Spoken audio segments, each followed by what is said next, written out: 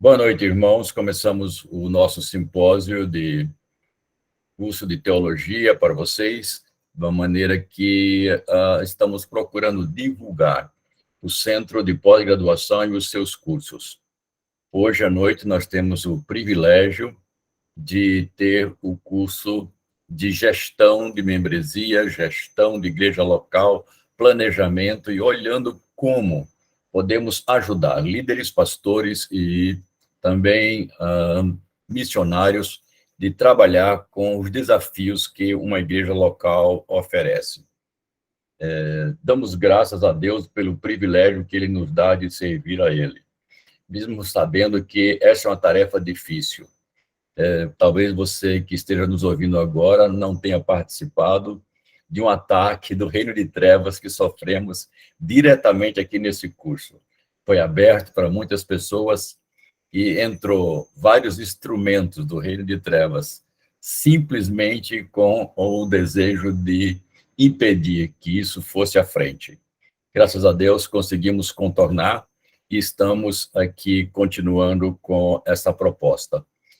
E, como fizemos, não gostaríamos de deixar esse momento sem uma palavra de oração, como fizemos. Então, eu vou chamar novamente o pastor Alcione e vou pedir a ele que ore mais uma vez e que peça a graça de Deus para que continuemos e que estes momentos sejam uma bênção para a sua vida e para a sua igreja. Pastor Alcione, por favor.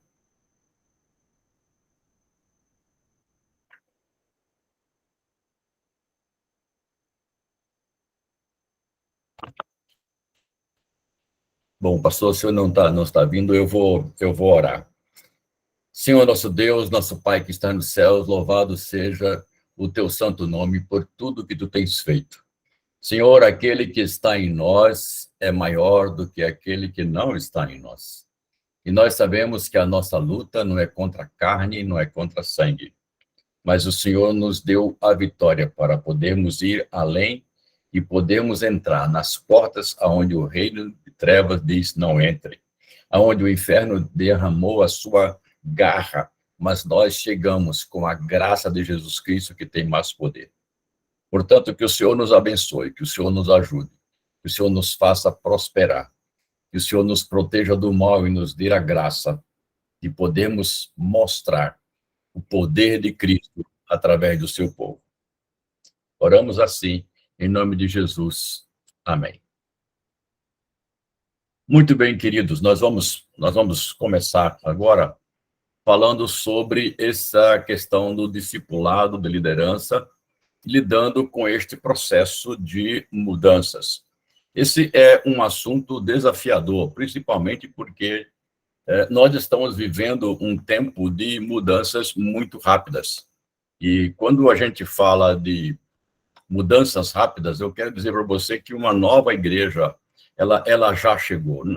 Não adianta a gente pensar que nós vamos conseguir lidar com o processo de mudança simplesmente assistindo ou olhando, sendo um expectante do que está acontecendo.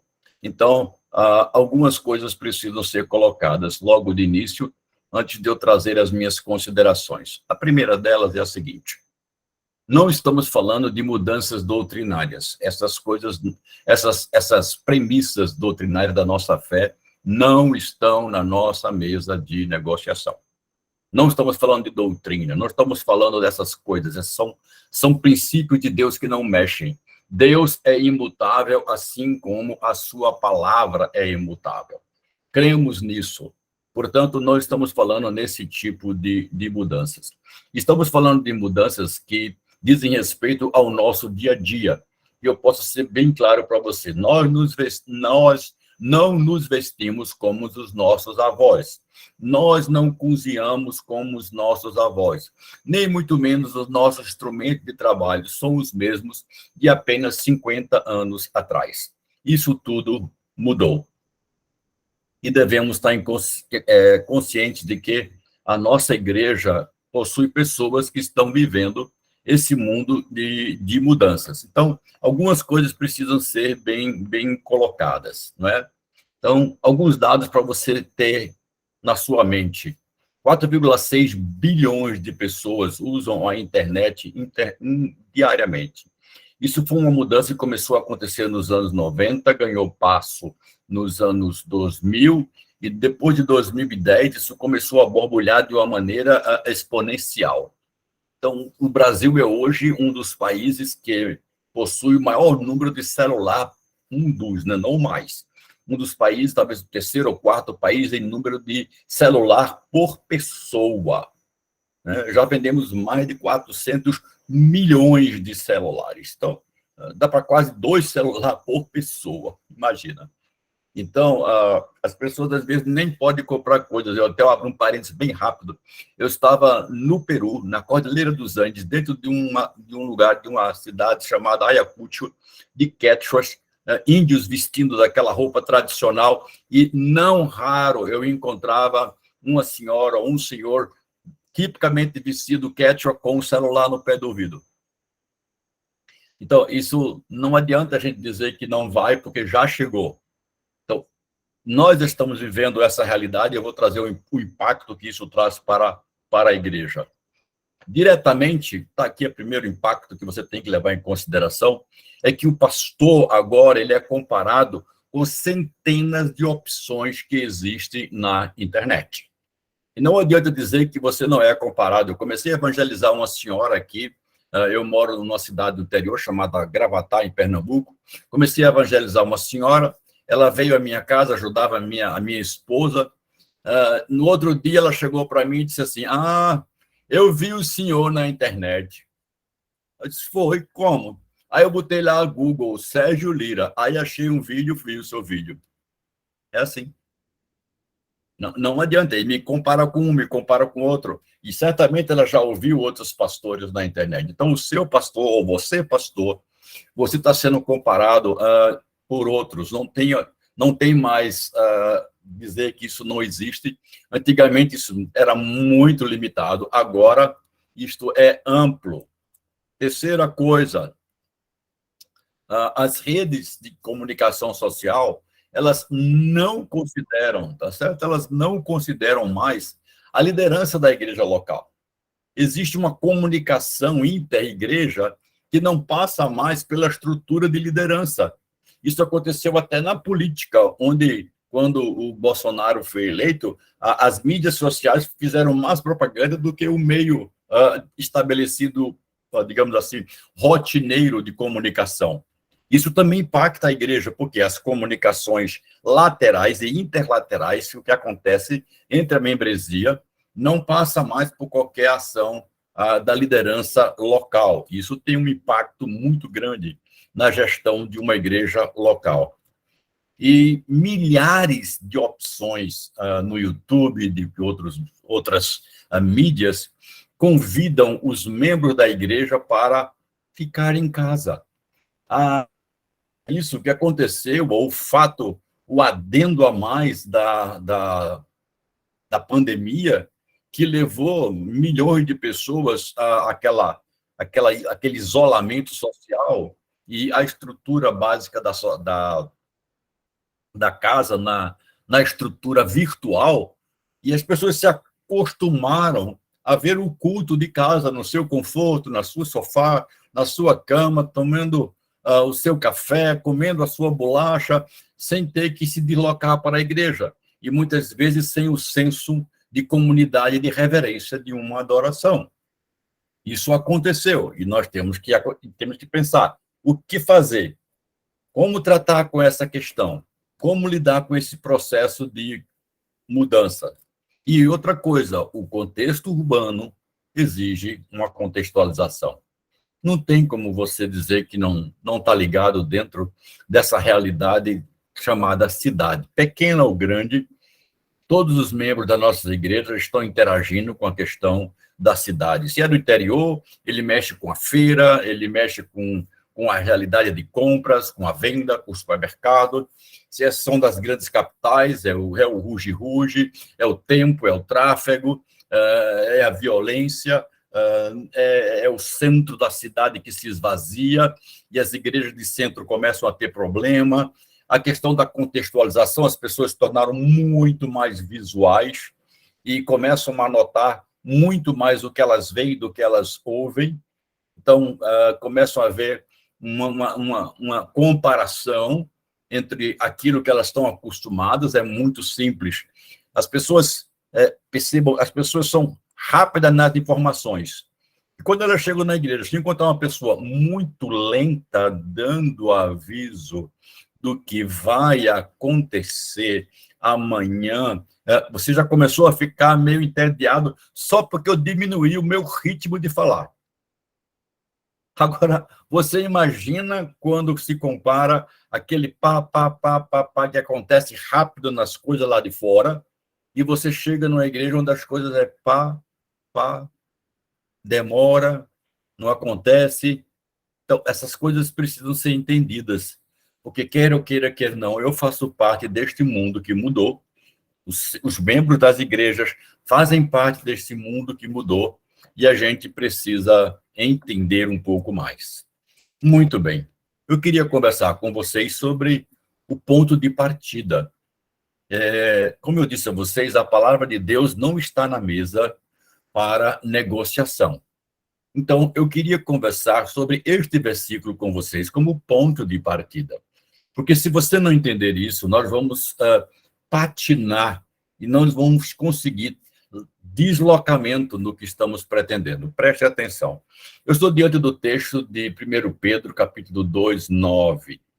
E Pedro diz, vós, porém, sois raça eleita. Você notou que essa palavra raça, ela diz respeito à origem, ela diz respeito à genética.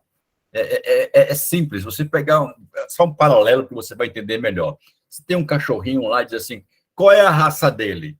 Se ele for pequeno, você não vai dizer que ele é um bulldog. O bulldog é diferente de um piquinês, é diferente de um chihuahua.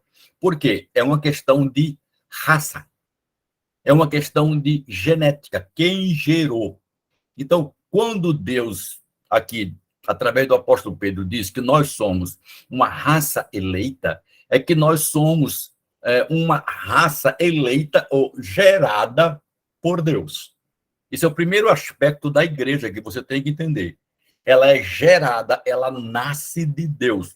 Ninguém diz assim, eu quero ser igreja. Não, não funciona. Essa é a doutrina que nós conhecemos, a doutrina da eleição, e está ligada à doutrina da adoção. Ou seja, Deus nos adota como seus filhos. É um requisito, ou é um pré-requisito, ou é algo da autonomia de Deus, não minha, não sua. Não somos nós que decidimos ser filhos, é Deus que decide ser o nosso Pai. Isso é um grande privilégio de igreja. Sacerdócio real. Sacerdote é aquele que media a adoração, é aquele que faz a ligação.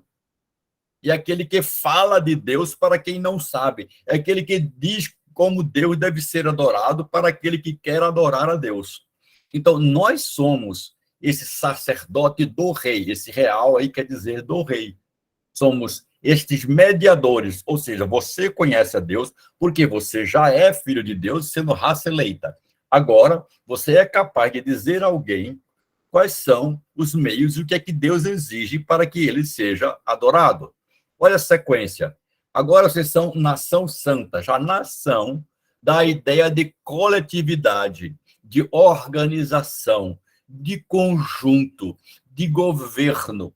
Isso é uma clara menção para a igreja. A igreja é uma organização, é uma comunidade, é também um grupo de pessoas instituídos com uma liderança local. Este é santo, ou seja, é separado, é para um fim específico. Então, nós estamos vendo aqui uma sequência. Qual é a primeira? A raça é eleita, escolhida por Deus, gerada por Deus. A segunda é sacerdotes ou mediadores da graça de Deus, do rei, no mundo. A terceira, nós somos uma nação, um conjunto organizado com liderança, separado para um determinado fim. E, por último, uma propriedade exclusiva de Deus. O que significa? Pertence unicamente a Deus. Agora, para que essas quatro coisas? Olha o texto. O texto diz, a fim de, ou seja, nós somos escolhidos, somos sacerdotes, somos nação santa, pertencemos unicamente a Deus com um propósito, por isso que eu botei em vermelho, a fim de proclamardes as virtudes daqueles que nos chamou das trevas para a sua maravilhosa luz. Este é o propósito da igreja. Isso não muda. A questão que eu quero levantar com vocês é o que é que, então, eu preciso me moldar para atingir este processo no contexto de mudanças que nós já enfrentamos hoje. Conseguiu entender essa premissa? Eu preciso, vou repetir. Como eu devo me contextualizar para atingir este propósito que Deus estabeleceu aqui no mundo de mudanças no qual eu e você estamos inseridos hoje? Esta é a questão. E é isso que a gente precisa procurar. Eu vou propor para vocês como que a gente pode chegar a uma ação. Então, as missões do povo de Deus, elas partem invariavelmente da igreja.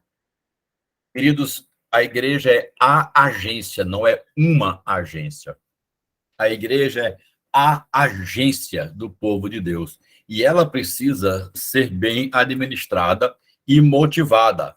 Por quê? Essa agência, ela se destaca por por quatro aspectos. Primeiro, o querigma, ou a pregação. Querigma é uma palavra que significa pregação, ou anúncio do evangelho. Não é uma tarefa negociada para nenhum crente. De ontem, de amanhã, ou de qualquer época, até quando Jesus Cristo volte. Nossa tarefa tem a responsabilidade de anunciar a Cristo, através da nossa fala, através das nossas ações, através daquilo que aceitamos, através daquilo que rejeitamos. Preste atenção. Evangelho, mesmo no mundo de mudanças, ele é público. Cristianismo não é uma questão privada, não é uma questão do particular, não é uma questão da igreja local só. Cristianismo é uma ação pública. Eu sou cristão em qualquer lugar. Assim como eu sou o que eu sou em qualquer lugar. Não é o lugar que eu estou que me deixa de fazer cristão. Então, esse é o primeiro ponto que nós temos que colocar bem claro. O segundo ponto da igreja é a koinonia. Não temos como negociar a comunhão. A comunhão é a reunião dos povos de Deus. É o estar juntos. Isso não pode ser substituído por reuniões virtuais. Pela simples maneira. Simples. Eu sei que tem pessoas aqui, talvez com namorado, noivos, casados, etc. Mesmo que você não seja casado, ou noivo, ou namorado, isso vai funcionar.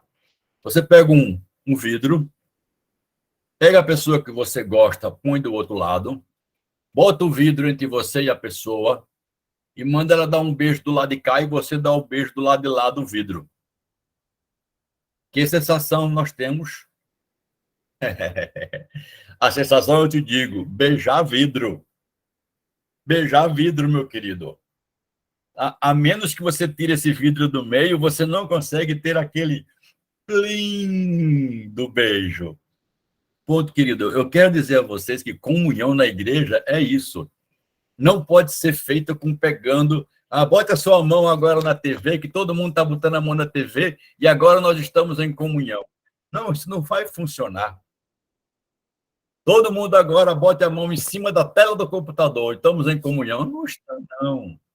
Não está, não, querido. Você não vai conseguir estar em comunhão simplesmente tocando as coisas. É preciso estar junto, sentir o calor humano, falar, ouvir, perceber, sentir o cheiro, as expressões. Isso tudo é fruto da koinonia. Por isso, as reuniões virtuais não substituem a realidade da reunião presencial da igreja. Isso é missão do povo de Deus. Então, entenda bem claro essa perspectiva. A segunda coisa é a diaconia, é a nossa mão estendida de misericórdia. Se quisermos continuar relevantes nesse mundo de mudanças, a igreja tem que entender que ela é este modelo. E olhem bem, igreja não recebe imposto para fazer boas obras.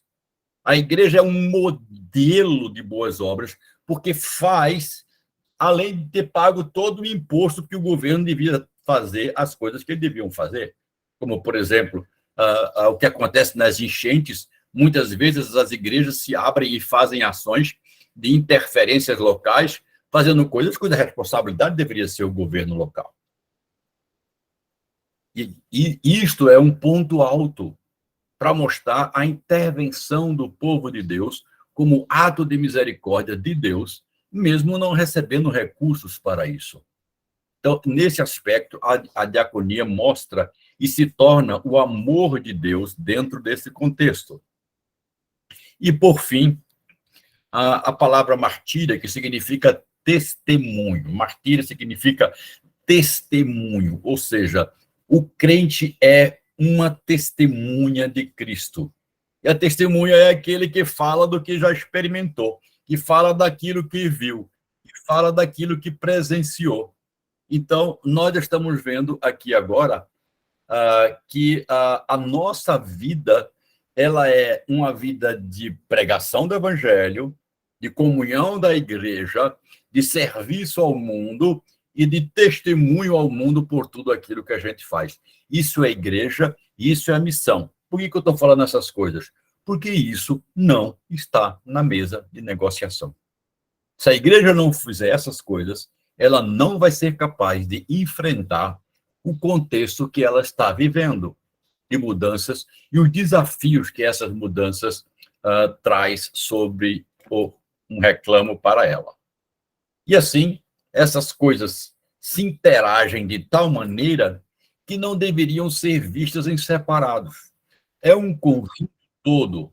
A igreja chega fazendo isso, ora iniciando com diaconia, ora com coinonia, ora com testemunho, ora com pregação, ora... Não tem uma ordem, essa coisa trabalha misturada. Mas desta forma, Cristo é mostrado nas múltiplas maneiras através da sua igreja. Perder isso é perder a essência da igreja. Então, a pergunta agora que precisa ser feita não é simplesmente mudar, porque se você chegar assim para uma pessoa que está arrumando a casa para uma mudança e você perguntar assim, para onde você vai se mudar? A pessoa faz, não sei. O que você acha desse tipo, dessa resposta? Você vai mudar por quê? Também não sei. Me diga uma coisa, e como é que você vai sair daqui? Também não sei. Diga, você é um doido, mano. Você está arrumando as coisas para mudança, não sabe para onde, não sabe por quê, nem sabe como. Então, não é simplesmente mudar por mudar. Não se trata de um mudancismo, estou inventando uma palavra nova aqui agora, mas eu quero que você entenda que é preciso parar para perguntar. Quando eu estou sentindo uma dor no coração, eu botei aqui agora esse exemplo, e o médico diz que eu estou com um problema, ele vai dizer, você tem que mudar. Você está muito gordo, tem que emagrecer. Você não faz exercício, você vai ter que fazer exercício. Você está comendo muita gordura, para de comer gordura. Então, eu estou sabendo o problema, eu estou sabendo para onde eu vou e eu estou sabendo como eu vou mudar. Essas 3 perguntas, elas precisam ser respondidas quando alguém estiver pensando em fazer mudanças na igreja.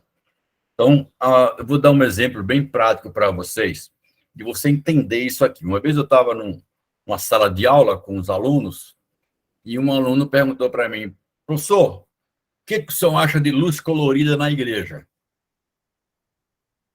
De usar luz colorida na igreja, né? E eu pensei aqui, como é que eu vou falar com esse rapaz? Aí me veio uma ideia interessante. Eu perguntei, vamos mais para trás. O que você acha que aconteceu quando o pessoal estava usando lampião, vela, e apareceu a lâmpada incandescente? Ele deveria mudar para lâmpada incandescente ou continuar na vela e lampião? Aí ele deu uma parada assim e disse, na lâmpada incandescente. Eu disse, muito legal. Então, quando o cara estava na lâmpada incandescente e apareceu a lâmpada fluorescente, que era branca, intensa, ele deveria ir para a lâmpada intensa branca ou continuar na lâmpada incandescente? Aí ele falou para mim, ele já sabe que não ia. Eu disse, na lâmpada incandescente. Na lâmpada fluorescente. Eu disse, muito bem. E depois que apareceu o LED colorido, muito mais barato, com duração de 20 mil horas, a fluorescente, eu passar para a lâmpada LED. Aí ele disse para mim, o problema não é a lâmpada branca, o problema é a lâmpada colorida. Eu disse, como assim? Até onde eu sei, quem criou o colorido foi Deus, não foi eu. Quem deu um sinal para Noé, dizendo que quando eu visse no céu o colorido do arco-íris, era um símbolo de Deus. Porque no culto a Deus eu só posso expressar uma cor. Na verdade, as cores estavam repletas na vestidura do sacerdote. A questão é, por que eu vou botar luz colorida? Qual o propósito que eu vou botar colorida? Por que eu quero botar luz colorida na igreja? Entenda, o problema não é luz colorida.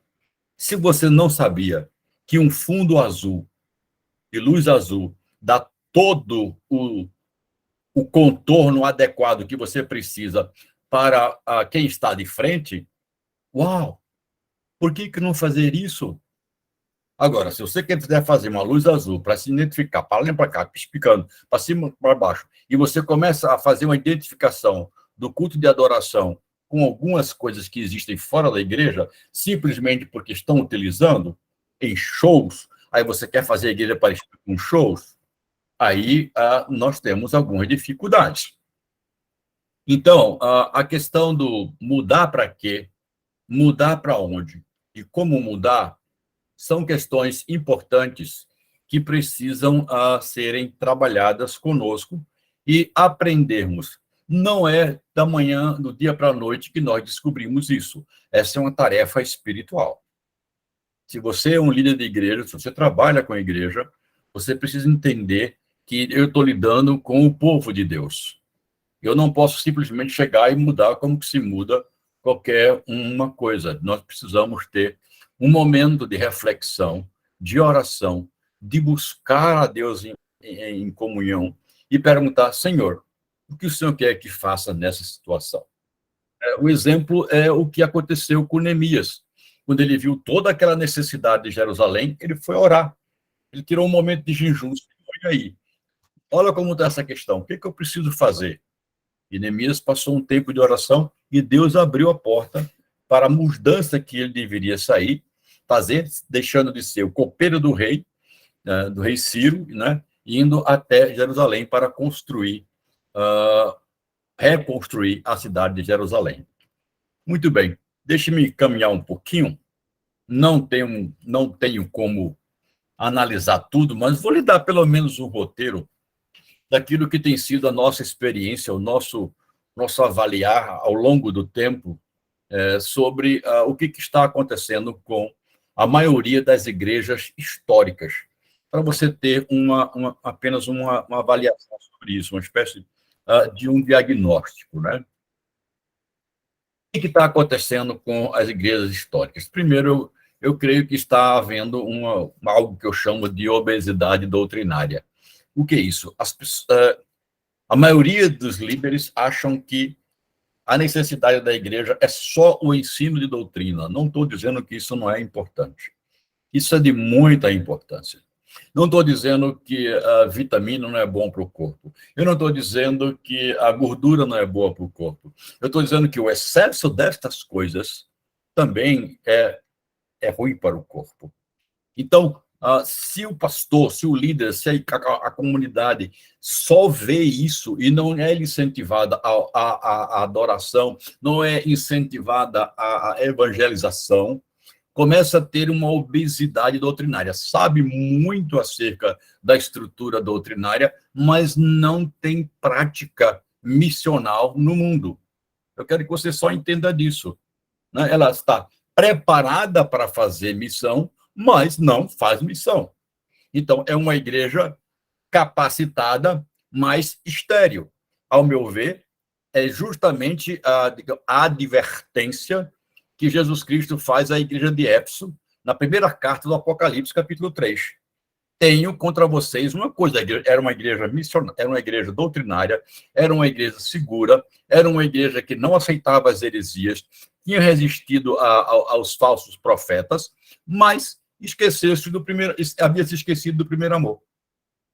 E ela precisava voltar ao primeiro amor, aquela paixão por Cristo, de falar de Cristo, de amar e mostrar a Cristo. Então, é isso que eu estou chamando da obesidade doutrinária, algo que precisa mudar. A segunda coisa que eu estou falando é uma historicite e uma koinonite aguda. O historicite é porque tem algumas igrejas que vivem de história. E uma koinonite é uma igreja que diz assim: está tão bom a gente aqui, se entrar mais alguém estraga. Então, elas vivem dentro de um casulo, assim, vai, tá tão bom aqui dentro, eu gosto dessa nossa igrejinha, porque a gente conhece todo mundo, é tão bom, né? E às vezes isso acontece em grupos pequenos. Os grupos se aproximam tanto um do outro que chegar uma pessoa, isso quebra, isso racha. Então, eles não conseguem entender que a missão deles é para fora e tem que ser aberta. É uma igreja voltada para o que está acontecendo, e não uma igreja do tipo ilha ou do tipo tribo, entendeu? Fechada dentro de si mesma. Então, muito cuidado com essa postura de viver olhando para si mesmo ou olhando para trás as coisas que já aconteceram. As historicites são mais essas igrejas antigas que olham mais aquilo que já foi, aquilo que fizeram, aquilo que já vem de gerações, e acham que já fizeram muito. E, por outro lado, essa ideia de se fechar, um perigo que a gente tem que ter cuidado. Aqui é quando a instituição é maior do que o movimento. Isso aqui é uma coisa muito interessante. Eu posso dar rapidamente a orientação para vocês, dando um exemplo bem interessante. Imagina uma pessoa que quebrou o braço. Ela quebrou o braço e, quando chegou no médico, o médico chegou e engessou o braço dela. Botou aquele famoso gesso branco. Bom, normalmente, essa pessoa jovem, ele tinha os seus amigos começaram a escrever nomes, coisas no braço: ó, fulano, tal, melhoras, tal.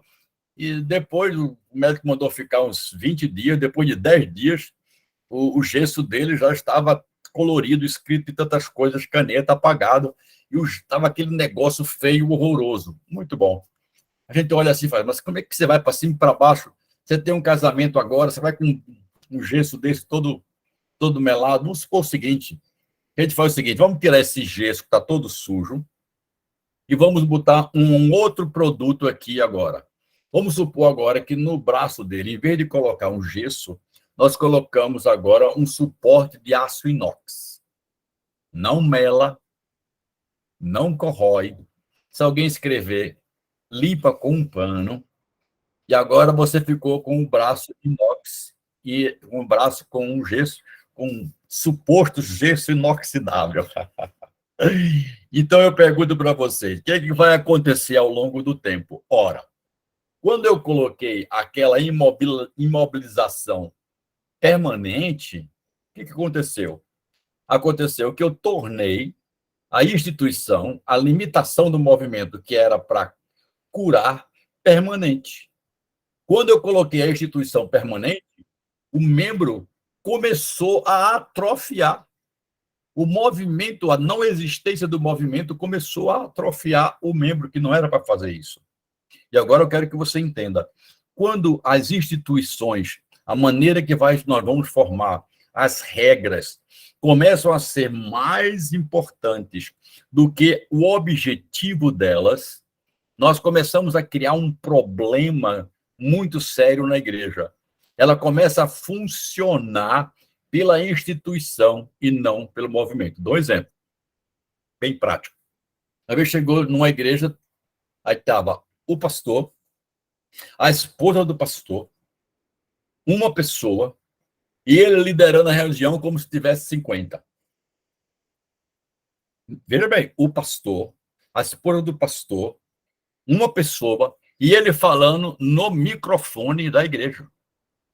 com a caixa, tal, etc. Eu entrei, eu fiquei olhando, tal, e ele continuou me tratando como se tivesse 50 pessoas. Queridos, isso é instituição.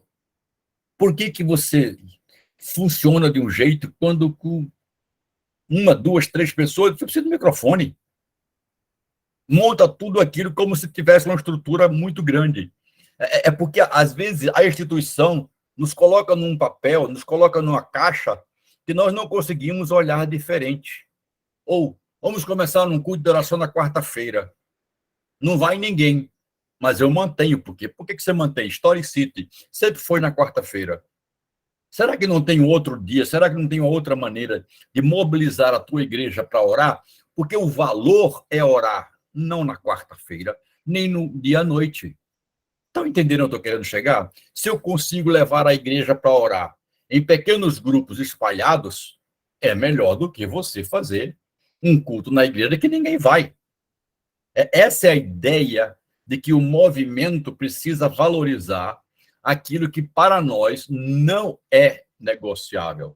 É a diferença entre valor e aquilo que nós chamamos de meio para atingir o valor. Isso aqui é interessante, porque eu preciso colocar mais um ponto. Eu estava numa cidade do interior e eu ia falar na igreja e era dia de sábado. Aí eu cheguei na igreja um pouco antes, me deram o boletim da igreja, aí eu fui ler o boletim da igreja, aí estava escrito lá: nossa escola dominical começa sábado, às 7 da noite. Eu disse, como assim? Se a escola dominical, como é que ela começa sábado? Eu estou só mostrando para vocês como é que a gente está tão acostumado de usar o nome escola dominical que a gente nem consegue perceber que não é mais dominical, porque agora está no sábado. Talvez você nem tenha percebido o que eu tinha falado. Porque está tão acostumado da gente, escola dominical, ser estudo da Bíblia, mas a escola dominical é um programa. A escola dominical não é um valor. O valor é o estudo da Bíblia. Se o membro da igreja estuda a Bíblia, muda. Porque o valor é que eu preciso. Estou conseguindo chegar nessa engrenagem, não é? A quarta coisa, para mim, uma das mais graves, é o que eu estou chamando de esterilidade missionária.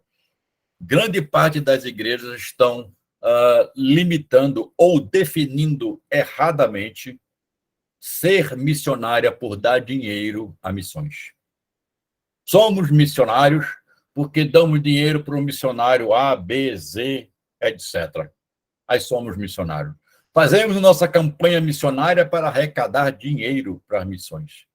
Queridos, você não pode, nenhuma igreja, nenhum membro está autorizado nas Escrituras a terceirizar a missão. Mas, pasmem, pode segurar o queixo com o que eu vou dizer. Segura o queixo aí, porque esse negócio é forte. Uma vez eu estava passando na frente de uma igreja que eu conheço bem, e tinha assim, campanha missionária. E toda vez que eu vejo esse negócio, eu paro. Aí eu vi o título da campanha, pasmem. O título da campanha era Você vai no meu lugar. Dá para rir? Você vai no meu lugar. O objetivo da campanha era as pessoas da igreja levantarem dinheiro para que missionários fossem enviados no lugar dela. Que loucura! Que loucura! A esterilidade missionária é muito forte hoje em dia, porque está sendo propagado um evangelho do objetivo pessoal. As pessoas olham para si mesmo. Aquilo que me beneficia. Até quando eu era menor, meu pai dizia assim, vamos para a igreja que hoje tem trabalho. Nós não dizemos mais assim. Como nós dizemos? Dizemos assim, vamos assistir o culto. Quem vai assistir o culto não vai fazer nada. Ele vai querer que esteja tudo pronto, que esteja o ar-condicionado na temperatura certa, que o culto comece da maneira adequada, que os louvores sejam adequados e que ele goste, que a mensagem seja interessante do pastor, que fulano de tal venha falar com ele. e que o lanche depois da igreja será bem gostoso.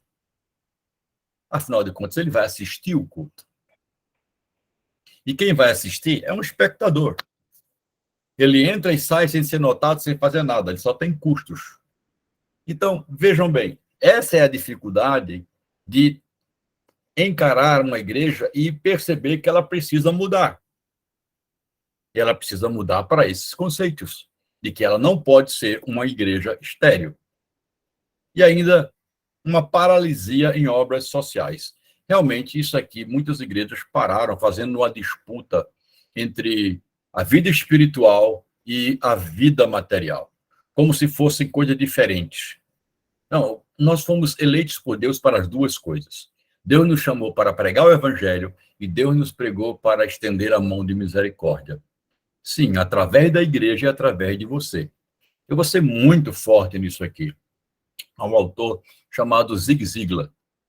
E ele diz o seguinte: quando um cristão, a maioria dos cristãos, chegam na frente de um pedinte que está lhe pedindo uma esmola, se você tiver 20 reais na bolsa, o que você diz, ou na carteira? Você diz para o pedinte: não tenho trocado. Essa resposta, certa por certa, é: eu não quero te dar 20 reais. Essa é a resposta. Mas se você tiver 2 reais e você der, aí o Zig Ziglar continua. Esse 2 reais muda em quê a vida deste pedinte? Em nada. Você sabe disso. Então, por que eu dou 2 reais?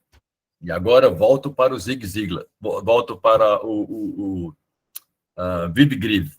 Ele disse: o crente dá 2 reais para um pedinte porque ele não quer se envolver com aquela realidade.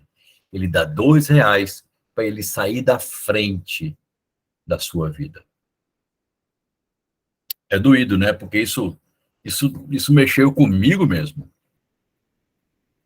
Que algumas vezes cheguei a dar 1 ou 2 reais achando que estava fazendo alguma coisa. E, na verdade, eu não estava querendo me envolver com aquela pessoa.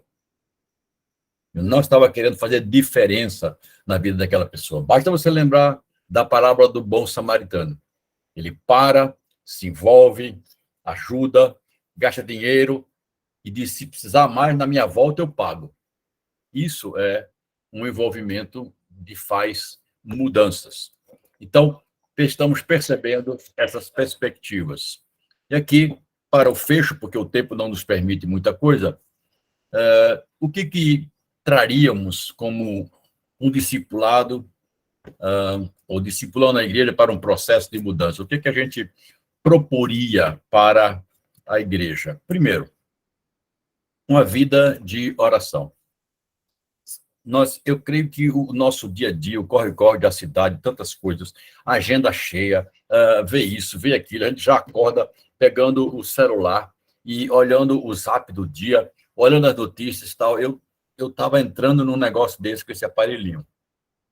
Até que eu decidi, não vou fazer isso. Eu não vou acordar, a primeira coisa que eu vou ver lá. A primeira coisa que eu vou acordar aqui vai ser olhando a um texto bíblico para a minha vida. Eu vou ler, vou fazer isso aqui, primeira coisa. Às vezes a gente entra num corre-corre, né? E eu gostava muito, gosto ainda de uma música que diz assim, que tu sejas meu universo. É uma música que diz assim: a minha luz, a primeira luz que entra na janela, como se a primeira coisa do dia seja Deus na minha vida. Momentos de oração. Eu acho que a gente está negligenciando o povo de Deus, está negligenciando vida de oração. Eu não posso pensar em mudanças sem me voltar primeiro para a oração. Se você notar todas as mudanças que aconteceram revolucionárias no povo de Israel, isso começou com o povo começando a buscar a Deus, começando em adoração e oração. A segunda coisa é uma liderança capaz, uma liderança que vai mexer com os seus liderados. Uma liderança capacitadora é aquela que sabe como fazer e ensina o que fazer, não simplesmente faz o que precisa fazer. É diferente. A liderança capacitadora diz assim, ó, eu sei fazer, mas não vou fazer. Eu vou ensinar você a fazer. Você vai aprender comigo a fazer. Olhe o que eu faço, me ajude a fazer o que eu faço. Você faz, eu lhe ajudo. Você faz, eu observo. São os 4 passos assim do discipulado, né? Então, é uma liderança nessa perspectiva. Nós precisamos hoje, urgentemente, de líderes capazes, abrindo parênteses. Está aí o curso de gestão de igreja local, de você olhar para como ser uma liderança capacitadora. Vai ter um módulo sozinho de liderança capacitadora, liderança servidora. Como é que é feito isso? Como é que eu capacito o líder da igreja? Como é que eu me torno um líder capacitador? Isso é muito importante. Fechei o parênteses, voltei aqui para as minhas considerações. Terceiro, o líder e o pastor precisam ter uma ação visionária. Nenhum líder que não consegue perceber o que está para frente, do que Deus quer fazer para frente, ele vai conseguir levar algum tempo, algum canto. Eu sei que isso aí, mas quando é que eu descubro isso? Isso não tem uma forma, não tem um remédio que você compra na farmácia. O que Deus quer para a sua igreja, você vai construir com o joelho no chão, orando, pedindo a Deus sabedoria. Senhor, o Senhor me colocou como aqui líder, me deixe saber o que o Senhor quer. E você não é pastor? Está orando por ele? Precisa orar por ele. Moisés tinha pessoas que oravam por ele. Moisés tinha pessoas que estavam com ele. E também você precisa entender que esse líder, ele precisa do apoio da igreja. Não adianta achar que esse sozinho vai fazer as coisas. Então, é uma igreja orando pelo pastor, o pastor orando pela igreja, e esse líder pedindo a Deus com os outros líderes da igreja, presbíteros, diáconos, Senhor, mostra-nos o que o Senhor quer. E aí o Senhor vai dar essa perspectiva. Olha, tu vais levar essa igreja para tal canto. Tu vais dobrar o número de igrejas. Tu vais atingir aquela comunidade. Tu vais trabalhar esses aspectos locais que precisam ser trabalhados. A quarta questão, nunca coloque na mesa de negociação a doutrina das Sagradas Escrituras. Nunca faça isso. Nunca negocie vida de santidade na igreja. Nunca negocie a verdade da palavra de Deus, seja porque qualquer coisa que for. Nunca deixe de pregar a palavra, a verdade da palavra, por mais doído que seja. Nunca deixe de aplicar a disciplina na igreja, independente do que você esteja vivendo. Nunca faça isso. Sempre seja fiel aos ensinos das Sagradas Escrituras. Isso não pode estar na mesa de negociação. É um câncer quando não controlado. Quinta coisa, a sua contextualização precisa ser orientada. O que é contextualização orientada? O tempo não nos permite muito, eu estou passando muito rápido, eu estou dizendo assim, eu estou passando manteiga no focinho do gato. Toda vez que você passa, ele passa a língua, a manteiga some. Então, é mais ou menos isso que eu estou fazendo. O Tim Keller, no seu livro chamado Igreja Centrada, se eu não me engano, no capítulo 7, todinho é só sobre contextualização. Então, ele disse uma coisa interessante. Não existe igreja descontextualizada. Toda igreja está contextualizada. Você só precisa descobrir qual é o ano da contextualização dela.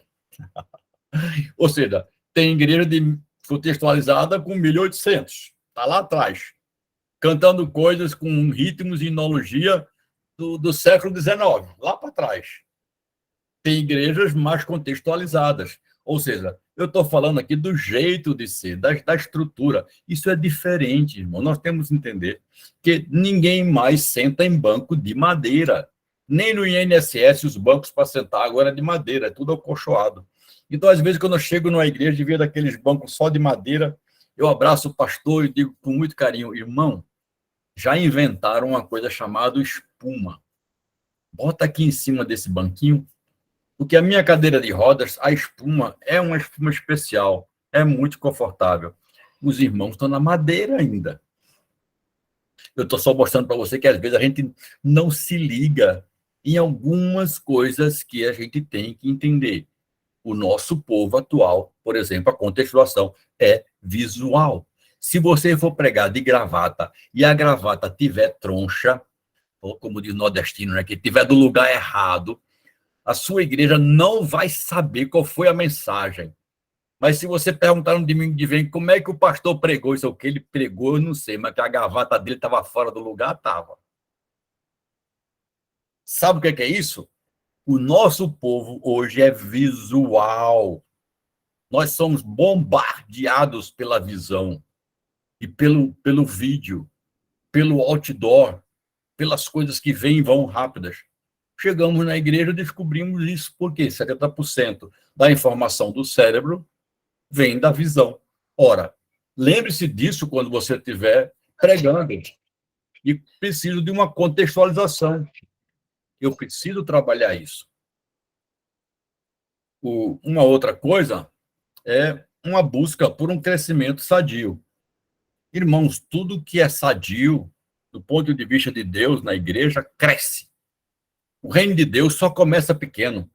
Jesus Cristo disse assim, o reino de Deus é semelhante a um grão de mostarda, que é a menor das sementes. Mas quando plantada, cresce e vira a maior das hortaliças. O apóstolo Paulo, quando fala da igreja, faz um planta, o outro rega, o outro cuida, e ele termina dizendo, e Deus dá o crescimento. Quando fala da igreja de Atos, diz assim, e a igreja crescia todos os dias. Por quê? Porque os membros perseveravam unânimes na doutrina dos apóstolos, na oração, no partir do pão, e o Senhor abençoava com crescimento diário. Isso é sadio. Cuidados. Todo crescimento é sadio? Não. Câncer cresce e não é sadio. Então, nem sempre o crescimento é sadio, ou seja, não é simplesmente a estrutura numérica. Nós sabemos que a igreja precisa crescer de uma forma sadia. E, para isso, ela tem uma doutrina não negociada, uma contextualização orientada, e, assim, pela evangelização, pela prática dos seus membros no mundo, mostrando o evangelho público e não privado, ela cresce. Se a sua igreja não está crescendo, alguma coisa está impedindo o crescimento. Se eu aguar uma plantinha com água morna, sabe o que acontece? Ela morre. Mas é água. Mas a água morre, ela mata. Então, note que é preciso entender que Deus estabeleceu nas Escrituras o que eu devo fazer para o crescimento sadio e mudar para isso. Cuidado com essa franquia eclesial. Eu costumo dizer, brincando, mas uma grande verdade, que igreja não é McDonald's. Você não come um Big Mac diferente por entrar numa loja diferente do McDonald's. A igreja não é igual uma à outra. A igreja não é uma franquia. Mudou as pessoas, a igreja muda. Ela é diferente, o jeito de ser. Uma das coisas que mais me impactou foi a realidade da igreja angolana. É muito comum o pastor atrasar 30 minutos, meia hora, para começar o culto. É comum. Aqui no Brasil, aconteceu que um seminarista angolano foi convidado para pregar numa igreja e ele chegou 40 minutos depois que o culto começou, querendo pregar. E o pastor não deixou, e ele ficou chateado.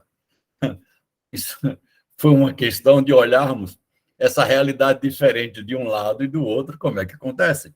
Na África, é muito interessante, as pessoas chegam para a igreja dançando, fazem as coisas dançando, adoram a Deus dançando.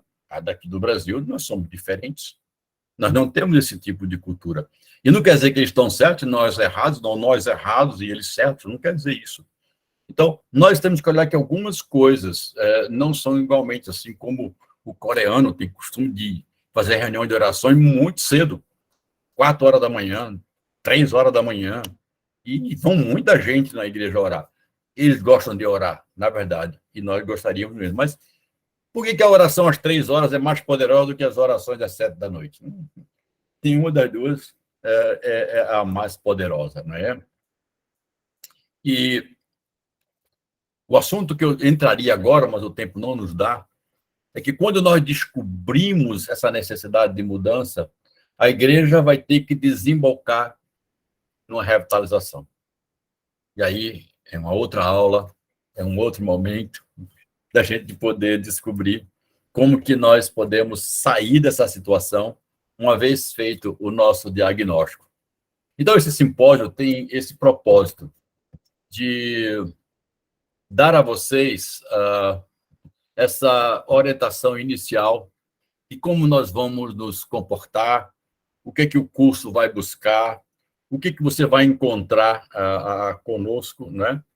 E agora eu vou retornar um pouco ao pastor Alcione e vou abrir um pouco para perguntas e respostas, né? Eu prometo responder todas as perguntas que vocês fizerem, grupadas. É claro, a que eu não souber, eu vou responder, não sei, mas vai responder. Muito bem, nós agradecemos ao professor, e que bom que foi resolvido o problema inicial em tempo, para que pudéssemos dar seguimento ao nosso simpósio com tanta maestria naquilo que o senhor traz como tão relevante. Por sinal, eu coloquei aqui 2 perguntas, coloquei mais, mas eu vou já dar o pontapé inicial. Acho que esse slide aqui, ele já traz um pouco dessa resposta, mas me parece que o ponto em questão, quando pensamos em mudança, é uma preocupação no comprometimento dos essenciais. Aquilo que são os essenciais da fé, os princípios basilares. Parece que quando a ideia de mudança vem à mente, uma outra sombra, ela se apresenta, e talvez até investida de um zelo necessário, natural, mas que muitas vezes ele é acima, não é? Então, de que maneira, a começar do pastor, não é? A começar do entendimento pastoral, ele pode conduzir esse processo educativo no que diz respeito às necessidades de mudança, elas não porão em xeque os princípios, né, essenciais. Isso de forma prática. E aí a pergunta, ela vai um pouquinho ainda mais. De que forma os centros formativos, né, os centros acadêmicos, eles também estão já criando esse entendimento na vida dos alunos, quando a gente lida com as gerações.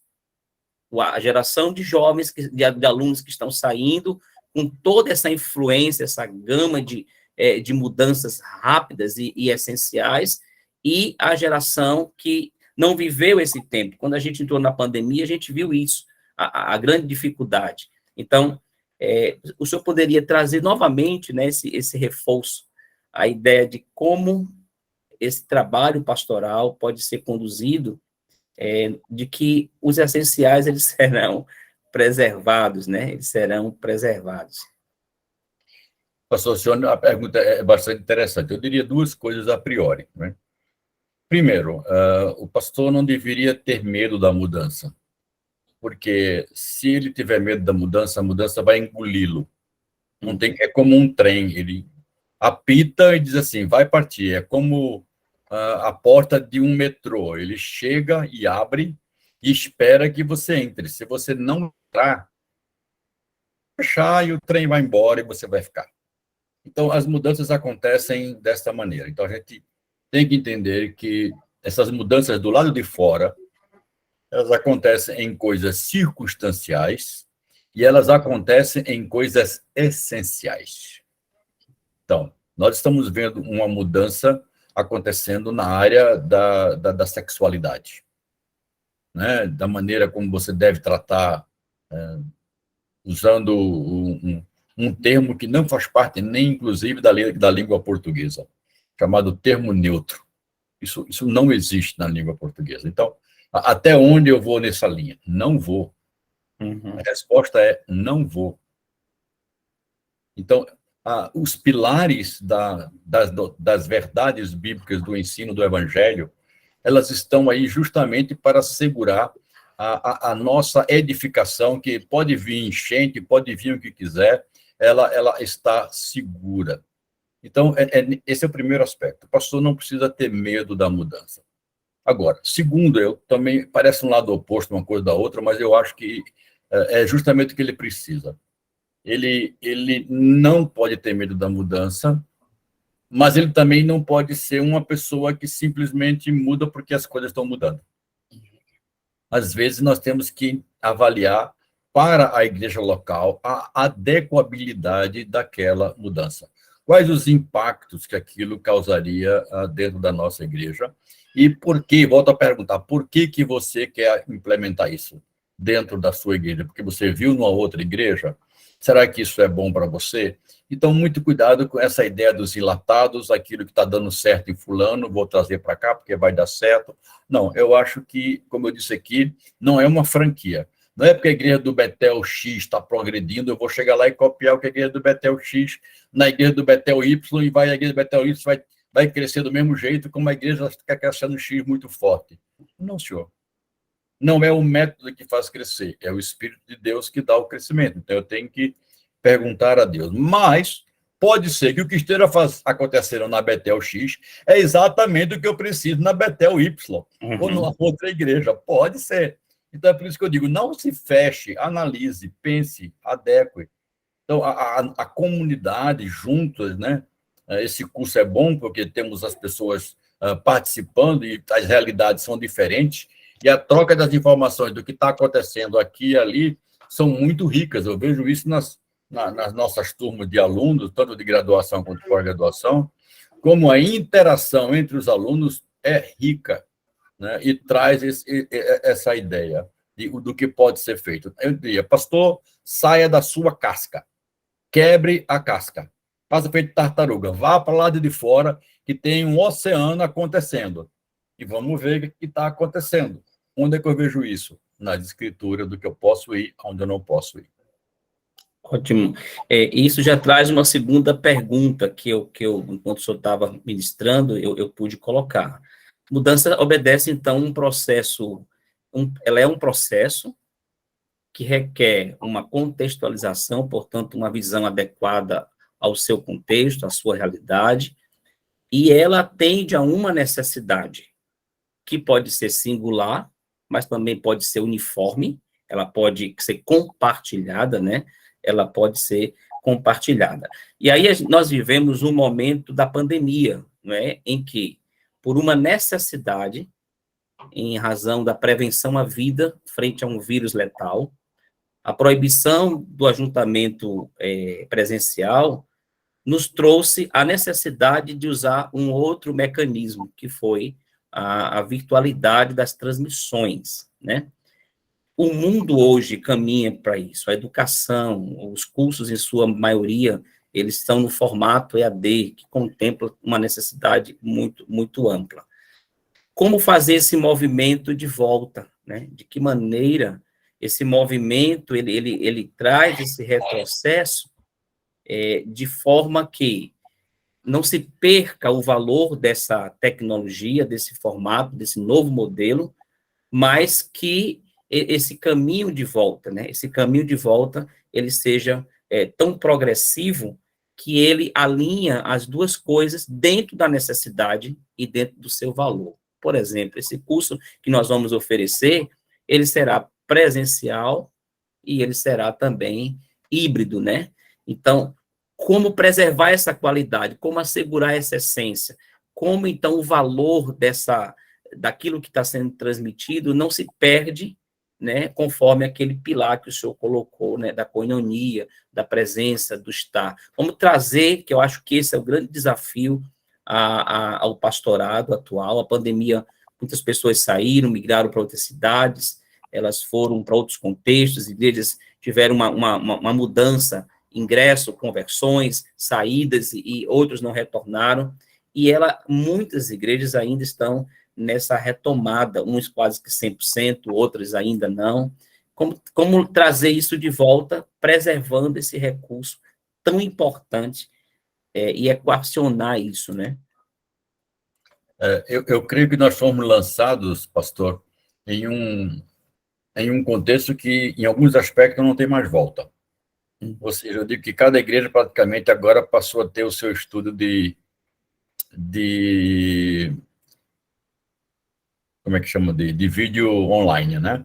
seu culto online. Quase toda a igreja está fazendo isso agora. Então, isso que era privativo da maioria das grandes igrejas que tinham recursos, virou agora uma prática de várias igrejas fazer o culto online.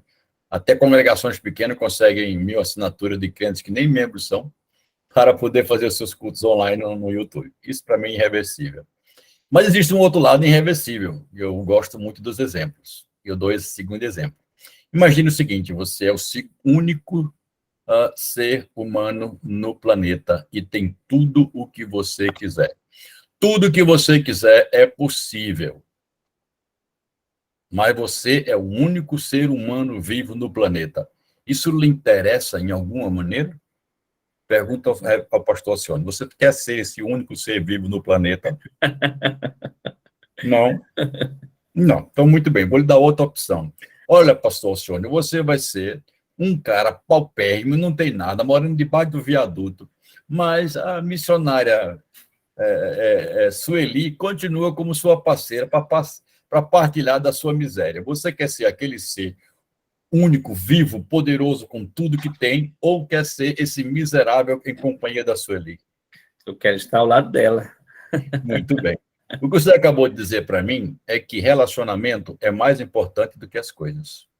Perfeito. Ora, se o relacionamento é tão importante assim, quando eu vou ao extremo, você diz, eu quero relacionamento, então a igreja tem que entender que ela está satisfazendo uma necessidade que Deus colocou no coração do ser humano. Qual que é? Ele é um ser comunitário. Ele sozinho não é nada. Ele virtual não satisfaz. Se ele estivesse satisfazendo no virtual, isso já é uma doença. E já existe essa doença. Né? Aquela pessoa que vive no mundo virtual como se ele fosse real. Isso já é uma doença. O número, a hora de pessoas que ficam escravas no computador isso já é uma doença. Então, nós vamos ter uma geração celular daqui a pouquinho, de crianças que nunca viram papel, tudo é no celular. Então, isso vai chegar, esse virtual vai chegar mais cedo ou mais tarde. Mas nós temos que entender que relacionamentos é uma coisa que você não tem como escapar. E se for para o outro lado, vai danificar a formação da personalidade humana. Então, a igreja tem que entender que comunhão não é algo que ele não deve insistir, deve insistir. Mas o fulano não está doente. Veio pela internet. Aí ele viajou, veio na internet. Então, eu acho que tem que ter as duas coisas. Mas o caminho de volta é esse. Olha, você não vai conseguir viver igreja sem estar igreja, sem viver igreja, sem sentir igreja. Perfeito. Eu vou abrir para perguntas, professor. Acredito que Glaucia pode mediar isso no chat, né? E alguns dos que estão presentes queira trazer sua contribuição, sua pergunta, fique à vontade nesse momento, por favor. Eu não sei se a presidente, a missionária Eva, ela está presente ainda na nossa aula, no nosso simpósio. Eu vi que ela entrou no começo, mas foi naquele momento Ela saiu. Saiu? Saiu recentemente. Okay. Boa noite, pastor Alcione, pastor Sérgio Lira. Eu vou dar esse suporte agora durante o momento das perguntas. Ok. Como eu mandei no chat, eu vou, nesse momento, habilitar para que os irmãos possam ativar os seus microfones. O que a gente pede é que vocês levantem a mãozinha, né? Vocês vão ver como eu fiz agora. Aqui no meio, na sua tela, perto do seu microfone, perto da sua câmera, tem o botão com uma mãozinha que você pode clicar nela para ela levantar. E quando você levantar a sua mãozinha, a gente vai saber que você quer fazer uma pergunta, vai surgir uma fila para a gente e o pastor Sérgio Lira vai poder responder suas perguntas na ordem que forem feitas, tá certo? Então, o microfone está aqui liberado. Quem quiser abrir o microfone vai poder abrir, mas pedimos que levantem as mãos para fazer as perguntas nesse momento.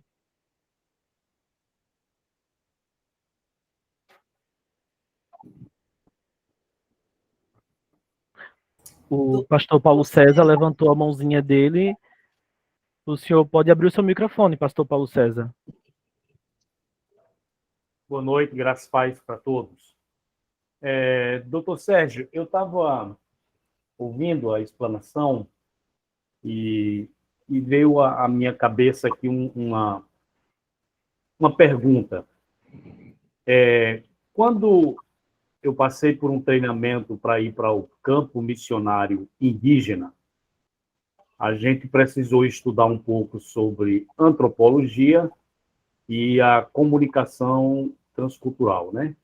Então, o princípio básico era, chega no campo, você já não chega comunicando o evangelho.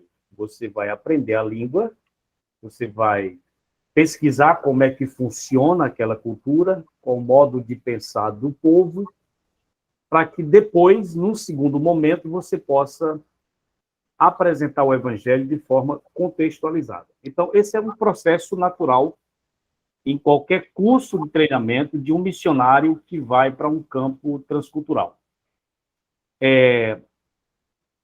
Pensando no pastor, igreja urbana, esse princípio hoje não seria um princípio válido e necessário para que também, não só o missionário transcultural, mas o pastor numa igreja urbana precisa hoje ter essa formação, esse treinamento e essa percepção? O que o senhor pensa sobre isso? A pergunta é muito interessante do doutor Paulo César, e com certeza sim, com certeza eu diria que sim, porque a cidade ela tem uma característica de ser. Inclusive, há um autor que diz que muitas vezes tem pessoas que chegam à cidade com uma teologia de vila. Ou seja, eles tentam trabalhar a cidade como se elas estivessem em uma vila. Então, por exemplo, se você está num contexto urbano de prédio de apartamento, como que eu vou fazer uma evangelização de casa em casa? Eu vou dizer para a minha igreja, vamos sair de casa em casa evangelizando. Como, meu querido? Tudo condomínio fechado, porteira fechada, casa com porteira eletrônica, você vai bater lá, ele vai dizer, eu vim falar de Jesus, ele vai dizer, não interessa, pronto, ele ligou lá dentro, acabou. Então, eu tenho que entender que a privacidade, né, a questão da incógnita urbana, a questão da violência urbana, determinados contextos de sociabilização urbana, a comunicação urbana, das chamadas tribos urbanas, são coisas que, se eu não entender, eu não vou chegar. Como, por exemplo, como é que eu vou evangelizar, vou ser bem radical, prostitutas numa grande cidade? Como é que a gente faz isso? Com qualquer método de evangelização? Bom, não vou dizer que não funciona, porque eu sei de um caso verídico de uma pessoa que pegou um folheto, amassou, jogou fora, a outra pegou, amassado, leu, olhou, se interessou, procurou o evangelho e se converteu. Aí eu digo assim, método de evangelização, amassar folheto e jogar fora. Eu digo, não vai funcionar.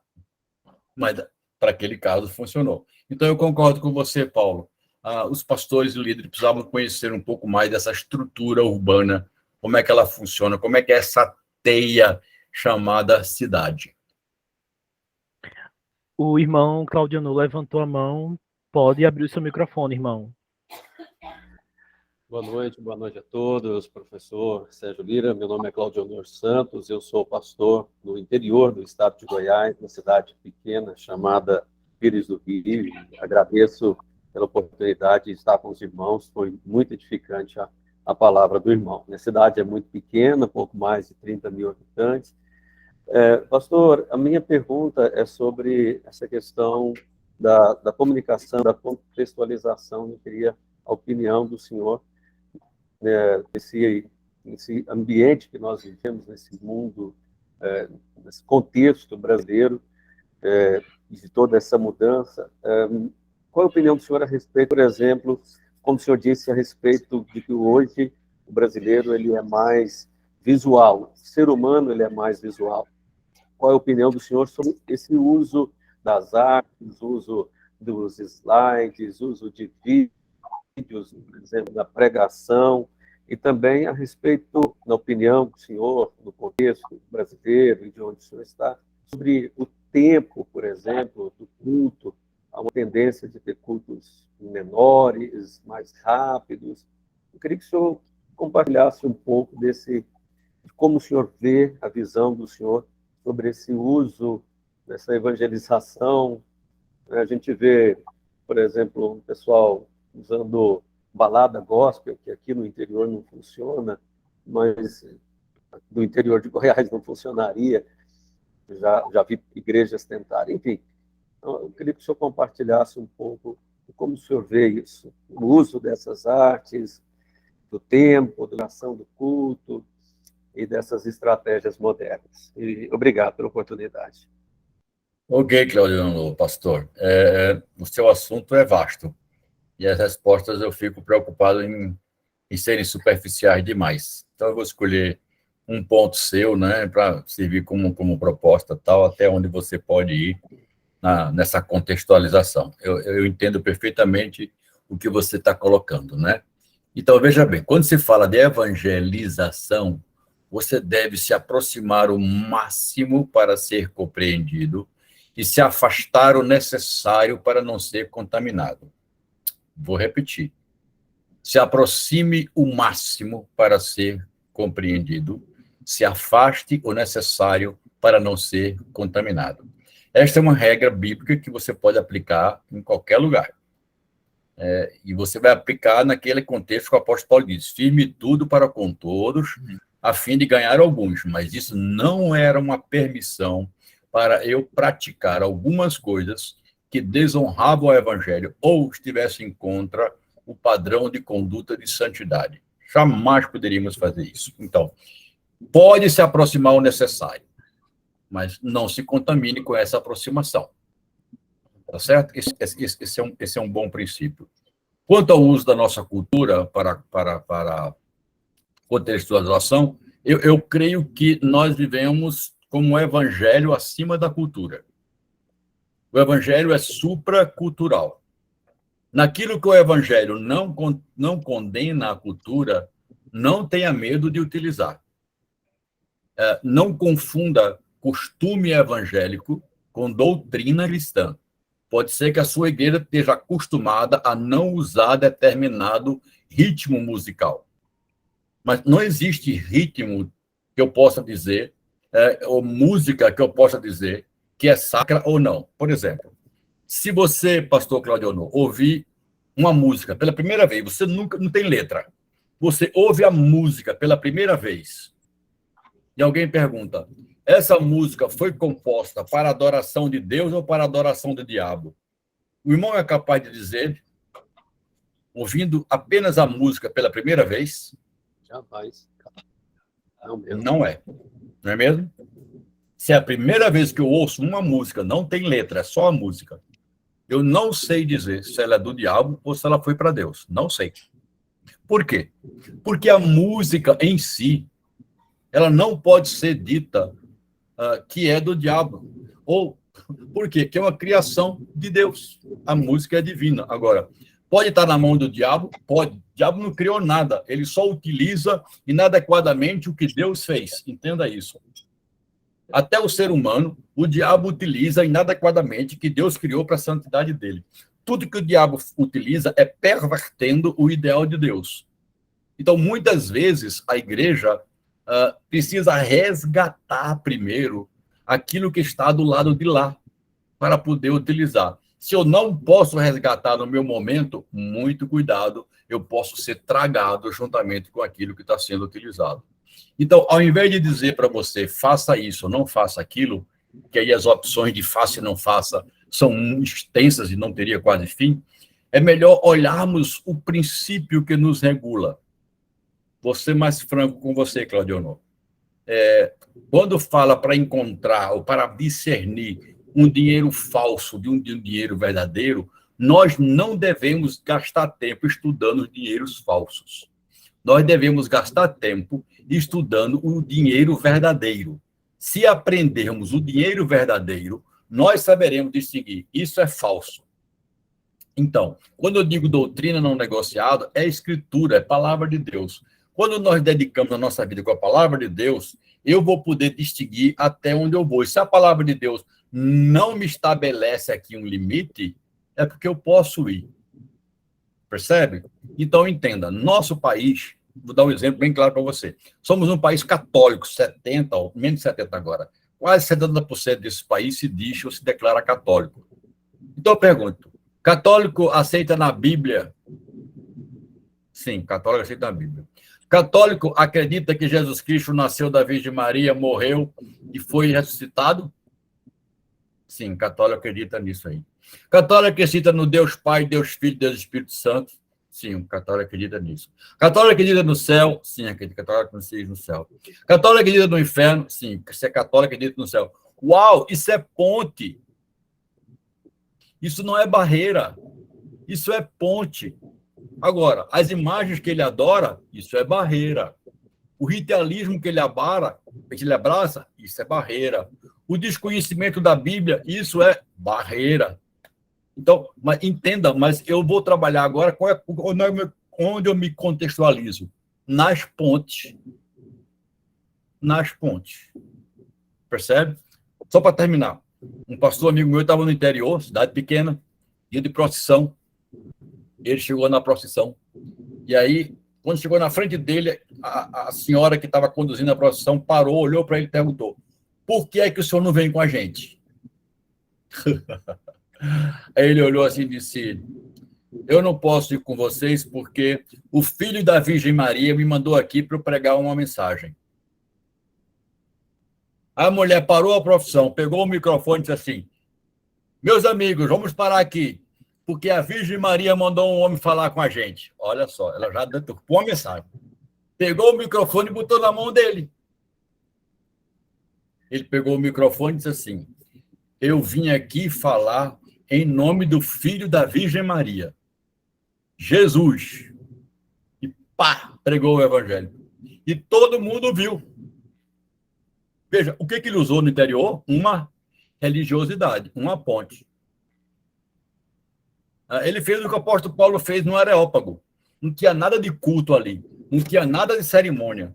Deram o microfone para Paulo e disse: agora é meu. O microfone na minha mão e eu falo. Então, nesse aspecto, Claudionor, você tem que olhar como eu posso me adequar para atingir. Eu estou falando na área de evangelização. Na área de igreja local, como você falou, do visual, é válido sim você utilizar a questão visual. É bíblico, claro. Isaías, quando foi pregar para as pessoas, usou uma canga, que a Bíblia chama de canga do canzis simbólico. Botou a canga num pé da pescoço e saiu pregando pela cidade. Oséias, quando foi pregar pela mensagem, fez um teatro no meio da cidade, mostrando a desgraça moral que acontece quando uma pessoa casa com uma prostituta. Joel usou como exemplo visual para o povo uma praga de gafanhotos que haveria de vir e destruir. Entenda, isso é visual. O povo judeu era extremamente visual, pictórico, olhando imagens. Jesus Cristo disse: olhe os lírios do campo. O que é isso? Visual. E se você olhar para isso, a Bíblia está cheia. Não tenha dúvida de que se você usar um método visual para pregar a sua mensagem, isso vai impactar mais na vida das pessoas do que simplesmente lá na frente, parado, falando atrás do microfone. O irmão Guilherme Henrique havia levantado a mão para fazer uma pergunta. Irmão Guilherme, pode abrir o microfone. Irmão Guilherme Henrique? Bom, acho que ele desistiu. Alguém mais tem alguma pergunta? Alguém mais gostaria de levantar a mão e fazer alguma pergunta? Não sendo o caso, eu voltaria a fechar aqui o microfone e a palavra está com o pastor Sérgio Lira e o pastor Alcione novamente. Muito bem, queridos. Eu queria agradecer cada um de vocês que estiveram com a gente aqui, com essa promoção do Centro de Pós-Graduação Betel Brasileiro, que possui cursos de especialização, cursos de mestrado e cursos de doutorados na área de hermenêutica, na área de missiologia, na área de teologia pastoral e o nosso curso de gestão, e também na área de aconselhamento cristão. Você pode ter informações que você quiser com a nossa secretária. Nós estamos funcionando, esses cursos são Todos eles são online, com exceção do curso de gestão local, que também vai oferecer presencial, mas vai estar sendo também disponibilizado em online para você, tá certo? Todos os nossos cursos, quando eu falo online, é porque ele é em videoconferência, ou seja, o professor entra com você em determinados à noite por módulos, e você pode trabalhar conosco, mergulhar um pouquinho mais, conhecer um pouquinho mais daquilo que está acontecendo, saber algumas ferramentas para estudar melhor a sua Bíblia, de entender melhor o nosso momento e de como aplicar isso melhor, fazer um upgrade no seu ministério, você como missionário, você como líder, você como pastor. Quero passar agora a palavra, antes de falar a palavra para o Alcione, ele vai falar um pouquinho sobre o nosso encontro de amanhã. Pastor Alcione. Muito bem, então o simpósio continua, amanhã novamente às 19h30, e o tema amanhã será a suposta inércia missional da igreja na pós-reforma. Professor PhD, doutor Antônio José, vai estar trazendo, então, essa temática para todos nós, e você que também está inscrito, nosso convidado mais uma vez, agradecemos a Deus, louvamos a Deus por você estar conosco nesse momento. Eu não sei se já podemos encerrar, professor. Se há Apenas mais dizendo, não sei se ficou gravado, mas eu vou deixar, que se você participar de 3 encontros, nós vamos oferecer um certificado para as pessoas que participarem de 3 encontros. Cada sessão dessa, ela registra eletronicamente a sua presença.